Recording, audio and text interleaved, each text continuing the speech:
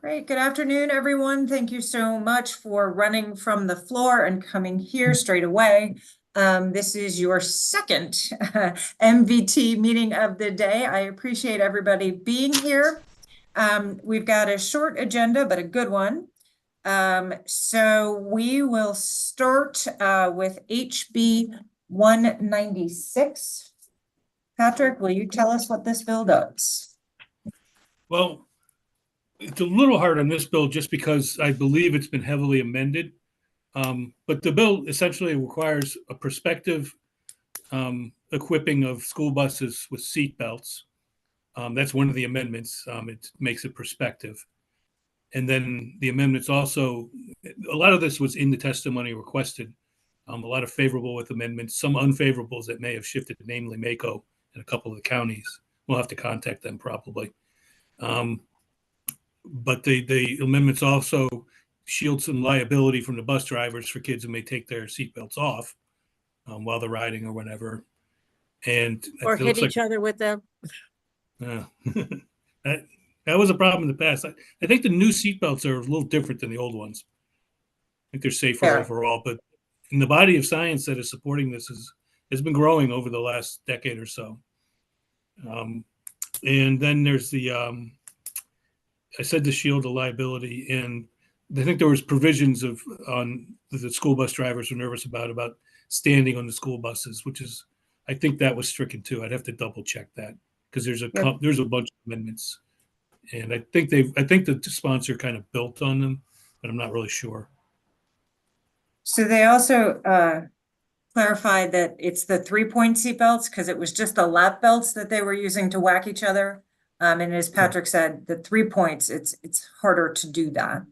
And then they delayed the date.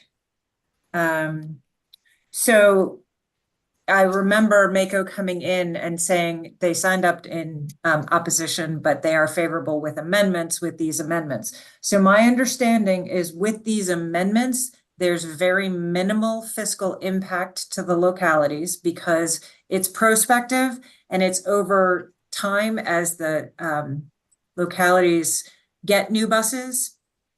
And that with the amendments, everybody is fine. That is my understanding. Are there any questions on this bill? Move the amendments. Second. Any discussion on the amendments?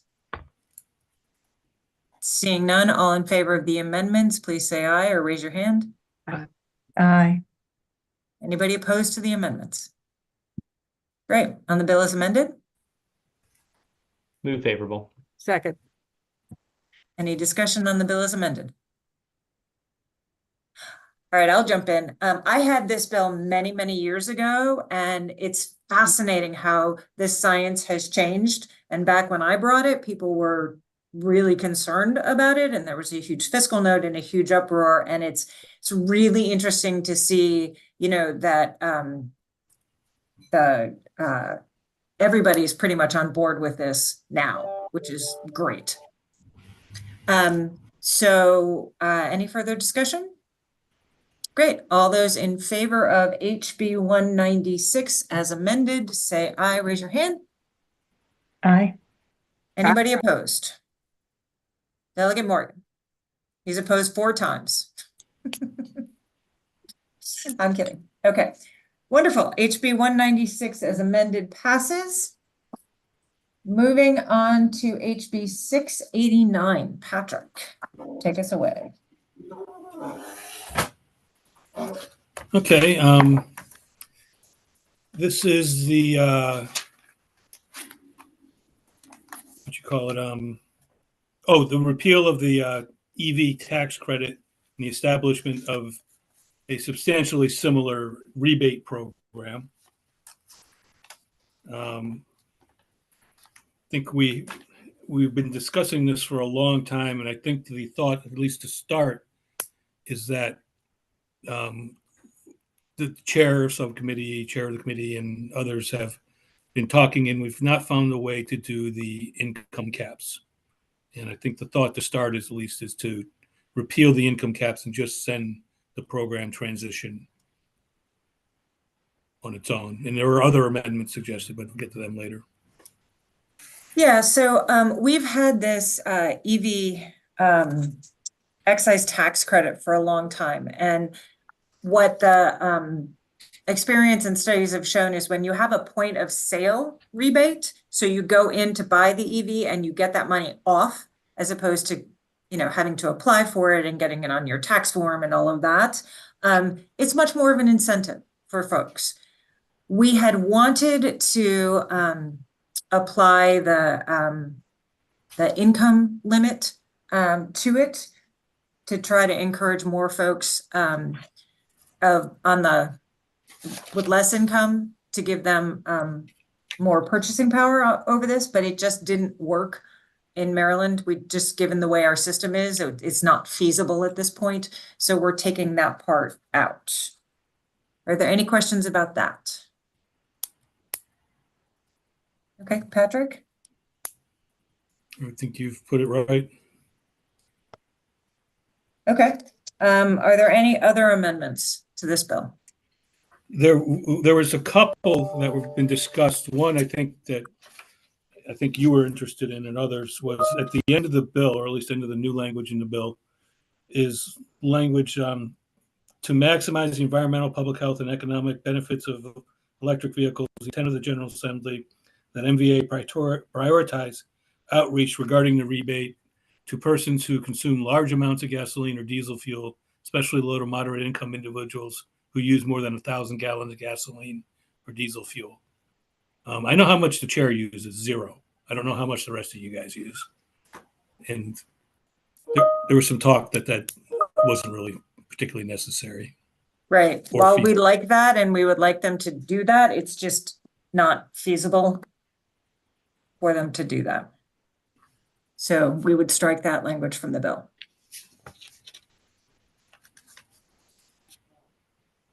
Yes, we did discuss this a long time ago, but it is helpful to remind people. Anything else? Yeah, there's in some of the testimony, there was suggestion, page 5. I think, I'm not sure who wrote up these amendments, but there's a requirement that a rebate may not be claimed under the section for a vehicle unless the vehicle is registered in the state. That makes sense. Or unless the manufacturer has already conformed to any applicable state or federal laws or regulations governing clean fuel vehicle or electric vehicle purchases applicable during the calendar year. And the point was, MDE made this point, I think the Auto Alliance made it too, that this punishes the dealers, and they don't know if the manufacturers are in compliance. They have nothing to do with that. Yeah. So we're going to strike that.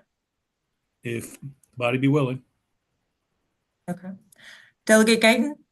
Thank you, Madam Chair. And I'm sorry, this isn't quite on this bill, but I'm looking everywhere for reprints and amendments and a list for this session we're in, and I'm not finding it. Can you tell us when that was sent out?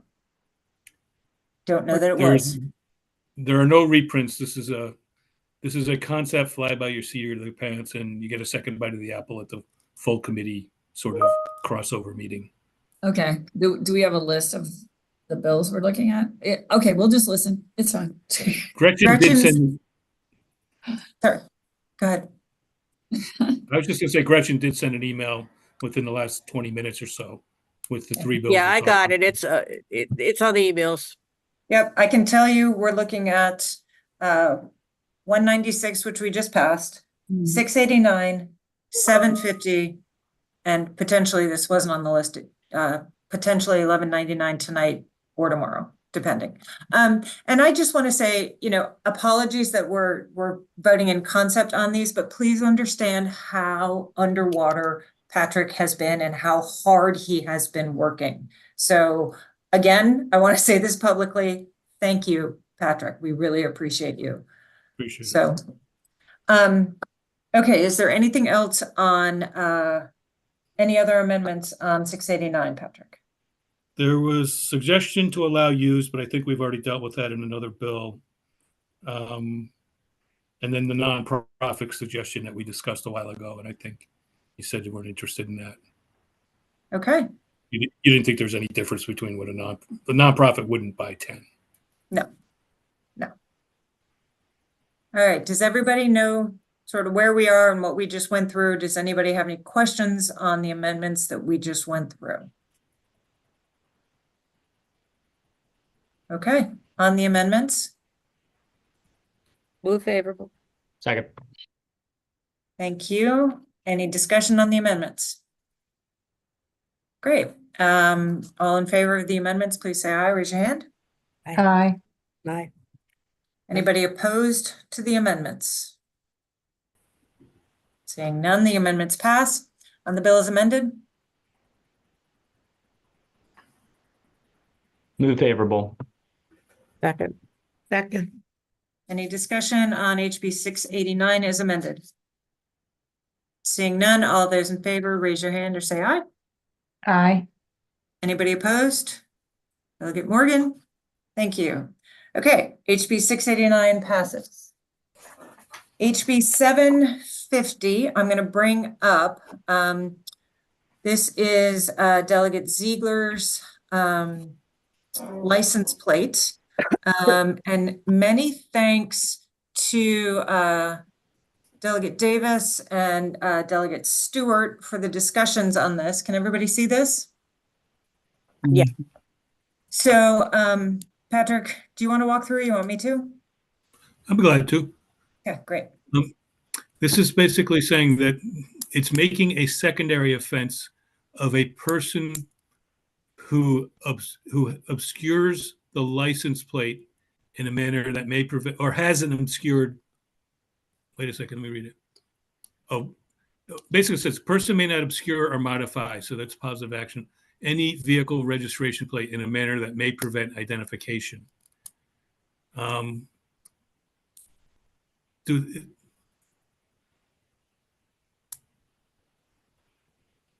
Okay. It's good. See, the one above, that's why we wanted to put the other language in for context, Madam Chair. Yeah. The current law says a person may not intentionally, to avoid identification, obscure or modify a vehicle registration plate. And this just takes out the intentionally and makes it a secondary offense. I don't know if you were looking for it that way, or if they had an obscured plate, whether they did it or not, because it says a person may not obscure. Right. I mean, how would you obscure it without doing it intentionally? Well, if you run through mud. Well, that would, I suppose you could say you did obscure it then, if you did that. Right. I'm going to recognize the sponsor of the bill. Thank you, Madam Chair. Yeah, my hope was that it would be if you ran through mud or if it just faded in such a way that it was in other words, that drivers would have the obligation to have a legible license plate. Whatever, just period. It's your responsibility to make sure your license plate can be read by a camera or a police officer. And that would be a secondary offense. And that would be a secondary offense, right? The existing law is primary, but it has intent behind it. So, you go on Amazon and buy something to cover up your license plate with, or you scratch off the letters, or, and then there's also a thing about those fat borders that could obscure letters, and that's secondary. So the hope was that we could just make it so that you can't have an obscured license plate, and it's a secondary offense. But remains primary for an intentional. Yes. Correct. Okay. Delegate Guyton. Thank you so much. I agree with what the sponsor just said. I actually took a picture that if I were smart enough, I'd share it with y'all here, but I'll text it to you. Driving home yesterday of an intentionally obscured license plate that was covered with black plastic that had obviously been screwed on, right? So that you couldn't actually read the license plate, but it was there. And I think it was obviously so they couldn't get a speed monitoring device ticket. So I agree. I think that should be a primary offense. It was intentional. You had to put it on there. But I also agree that if it just gets dirty or somebody puts a sticker on it, or it's not obviously intentional like that, that it should be secondary. But I do think that what I'm describing and what I saw should be a primary offense, because if we were looking for that car from a silver alert or an amber alert or hopefully a purple alert, you would not have been able to identify that car as being the car in question. Yes, thank you. That we are keeping current law, and when the reprint comes, what you see on your screen, 21-1112.1 will actually be in there so people can see the code and then see that it's primary with intent and then the secondary. Delegate Stewart.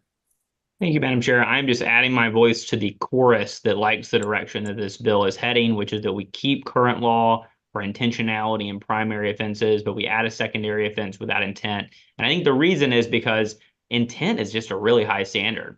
And that's asking a law enforcement officer to make a call in the moment about whether to pull someone over, basically having probable cause about intentionality. That strikes me as tough if someone's not using an overt mechanism. Now, obviously, if you have one of these screens on there or some sort of shield cover that you can get pretty cheaply on Amazon, there's obvious intent. But like, for example, if I put like a Baltimore Ravens helmet sticker over part of my tag, obscuring it, on the one hand, I don't want an officer to be able to pull people over for that as a primary offense, because I think that could be racially discriminatory.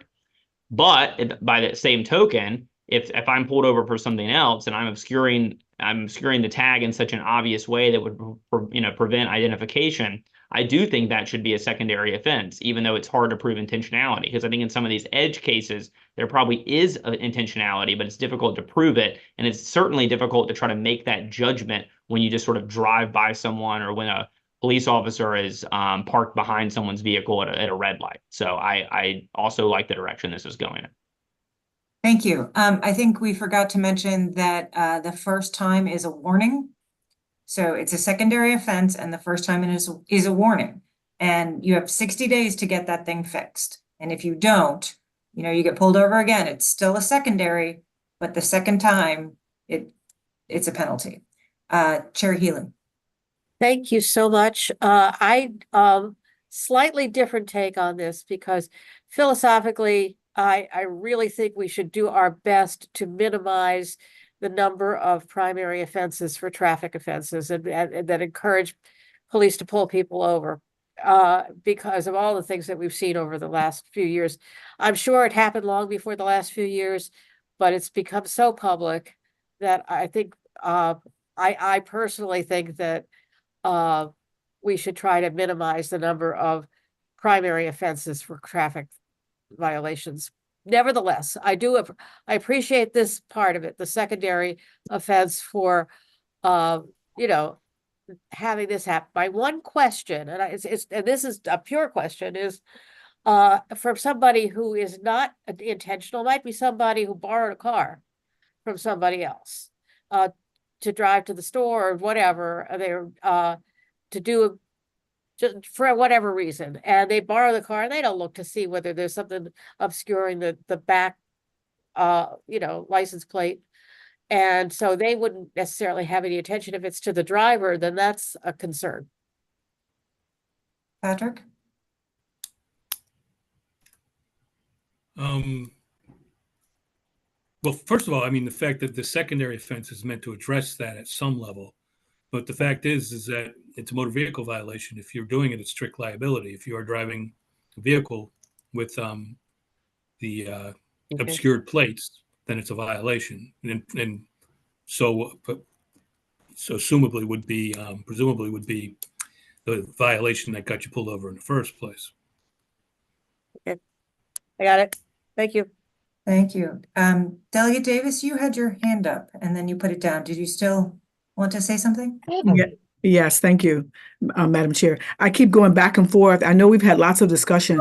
I just want to throw into the discussion the fact that so many people have those tag things, those license plate holders that say all kinds of funny stuff. And I'm wondering whether that could be interpreted and as obstructing your license plate. And that's why I like the penalty part. I mean, the warning part, because if the police officers are going to determine that that is obstruction, then we're going to need some time for people to learn that. I remember I was in court recently, and police officers are still pulling people over for stuff hanging off of your rearview mirror. You guys know that's illegal? I remember that. Yeah, and there were people just lined up because of that. I'm not so sure that's happening anymore, but it's only because the police officers aren't doing it, but they can. So what did I just say? I think we made that a secondary offense. Yes. We did. Yes. All right. Thank you. Thank you. Delegate Stewart. Thanks, Madam Chair. So first of all, my understanding on the question of Delegate Healy and Patrick's back and forth was that actually this was not a violation to drive a car with an obscured plate. But in fact, even the secondary violation, as you can see on your screen, says that a person may not obscure or modify any vehicle registration plate. That verb there suggests that the prohibition is around the act of obscuring or modifying, not the act of driving. So my interpretation is that if my mom intentionally or unintentionally obscured a plate and then I drove her car to Safeway, an officer could try to pull me over, but I would have a defense that I did not modify or obscure the plate myself, and then I was driving my mother's car, who just happened to be a big fan of the Baltimore Ravens or of mud or of Amazon black screens over plates. But is that wrong? No, I think Delegate Healy was referring to just my statement that it's possible that we could say a driver may not operate. That's not on the paper there. That's just something I said. Okay. Yeah, because I don't really like the idea of punishing people if they're just driving someone else's car. Like I like the idea of making the prohibition on the act of obfuscation itself. And then just a little bit of extra color for Delegate Davis's comment. I know that she wasn't a member of this committee, but we did pass in 2020 Delegate Juanita Fisher's bill that says, quote unquote, for a violation involving the placement of an object framing or bordering the edges of a registration plate, a police officer may enforce this section only as a secondary action when the police officer detains a driver of a motor vehicle for a suspected violation of another provision of the code.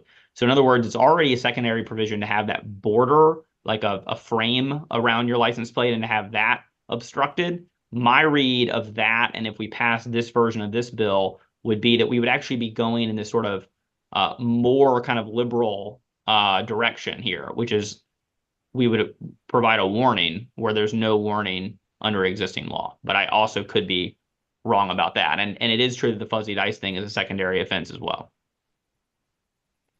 Thank you. Delegate Ziegler. Thank you, Madam Chair. So, Thank you, Delegate Jacobs. So, would it be possible to change the wording of this to say that a person may not operate a vehicle with an obscured or modified vehicle registration plate rather than may not obscure? Because otherwise, I think we're back to the intent thing. Well, I mean, that's certainly something that you can put on. I think Delegate Stewart just said that he's not comfortable with that because, you could have my son driving my car, and let's say I intended to do it, he's going to get the warning or if it's the second time. Well, I think the subcommittee was kind of liking the language that's here. And I think the point would be that if you drive through mud and you cause it to get muddy, you're not intentionally obscuring it to avoid detection. But you did obscure it, is what you're saying. Right. Maybe I'm interpreting this. Okay. All right. I understand. All right. Thank you. You good, Delegate Ziegler? Sponsor of the bill? I'm good. Thank you. I think I was interpreting it differently, but thank you. Got it. Okay. So are we good to vote on the amendments that you see here? And I'll just scroll down to show the warning piece. Yeah, I like these amendments. I'll move those amendments. Is there a second? Second. Okay, all in favor of the amendments, say aye, raise your hand. Great. Anybody opposed to the amendments? The amendments pass. On the bill as amended. Move favorable. Second. There's a great, thank you. Any further discussion on HB 750? Seeing none on HB 750 as amended. All in favor, say aye. Raise your hand. Great. Anybody opposed? HB 750 passes. Thank you. And just for this, just so you know, the optics of it, we are going to add back in the unamended original language of current law for context. There's no substantive change, just context. Great. Is it the will of the body to get out, or is it the will of the body to take up 1199 tonight? We're going to meet again tomorrow, and we'll have, I think, 3 bills, Patrick? Yeah, Or something like that. 3 or 4 tomorrow. So we can shut it down. We can do one more. What's the will of the body? Somebody answer me, please. Up to you, Delegate- Madam Chair. Delegate Guyton. I think I can explain the changes in 1199 pretty quickly if you want to just do it. And if it turns out to be more time consuming, I'm happy to wait. Let's do it. HB 1199. This is the Mobility Link Paratransit Service Improvements Study. And thank you so much to Delegate Healy for helping us with this, and certainly Patrick, who, yes, absolutely is, I'm sure, over your head, but still working hard to make everything work for us. So what we wanted to do was, there are 2 amendments that have been offered, and if Patrick needs to go over these in more detail, that's fine. But Amendment 1, it turns out that after consideration, the sponsor doesn't want, so I'm happy to strike that. So it's really only Amendment number 2 that I'd like to push, and he is okay with that, as are the advocates, including Disability Rights Maryland, who really brought this bill to us. And that is adding that this work can be in consultation with the Maryland Commission on Disabilities and the State Coordinating Committee for Human Services Transportation. And also that they are to do 2 things that Delegate Healy and I discussed. 1, develop recommendations for service improvements to individuals in areas outside of 3/4 of a mile of a fixed transportation route, which is now where they're limited. And the second one is develop recommendations to address interjurisdictional restrictions to paratransit services. And that was particularly her concern, including restrictions relating to medical appointments that cross jurisdictional lines. So currently, right now, it's very difficult, though not impossible, to go from Baltimore County to Johns Hopkins Hospital in Baltimore City if you need paratransit services. So we would like to see that operate more smoothly. And then the last thing was just that in the list of people who got the report, that we also include the Maryland Department of Transportation. So Patrick, if you're looking at the amendments, Amendment number 1, we don't want to do it all. And what's at the bottom there under Section 2 is the same as Amendment number 1. So we just want to strike that piece altogether. I don't know why we had it on here twice. So, and then as far as the money part, I know that there was that discrepancy yesterday. After talking to the sponsor, it turns out that the University of Maryland was in agreement that they could actually perform this work for the $150,000, and anything else that it took them, they would match. So the 150 was going to be enough to do the work rather than the 450, which is a conversation for a different time. But so with all of that, I'm, sorry, Patrick has it in front of him too, but I know he probably hasn't had as much time as I have to obsess over it. So happy to answer any questions or move the amendments. Take your pick. Is there I'll move the amendment. a second? Amendment number 2 only. Second by Delegate Addison. Yes, Delegate Davis. So I'm curious as to what you took out. It probably doesn't matter, but what did you take out? The First Amendment. Nothing. No, we didn't take out anything. Oh, you mean what amendment did we take out? Because both amendments just added to the bill. We didn't take anything away from the original bill. The First Amendment was that it would require the Maryland Department of Transportation to incorporate the findings into their transportation plan in the future. And we realized that was actually Kennedy Krieger suggestion, we realized that might be difficult if, let's say, we didn't like the findings. So we're just going to leave that open for the General Assembly to act on in the future. Thank you. Any further discussion on the amendments? Delegate Guyton, do you have the ID number on the amendments? I do, Patrick. It's do. 443928. Amendment number 1. But we don't. 443928. Yes. Okay, thank you. Okay, are folks comfortable with this? We've adopted the amendments. Okay, or we have a motion and a second. All in favor of the amendments, say aye, raise your hands. Aye. Thank you. Anybody opposed to the amendments? Move favorable on the bill. Second. Any question on HB 1199 as amended? Seeing no discussion, HB 1199 as amended, all in favor, raise your hand, say aye. Aye. Aye. Excellent. Anybody opposed? You all are amazing. Thank you for sticking with us. We're clearing the deck. We just have a couple more to deal with tomorrow. So have a wonderful night, everyone. Thank you again. All right, thank you. Night.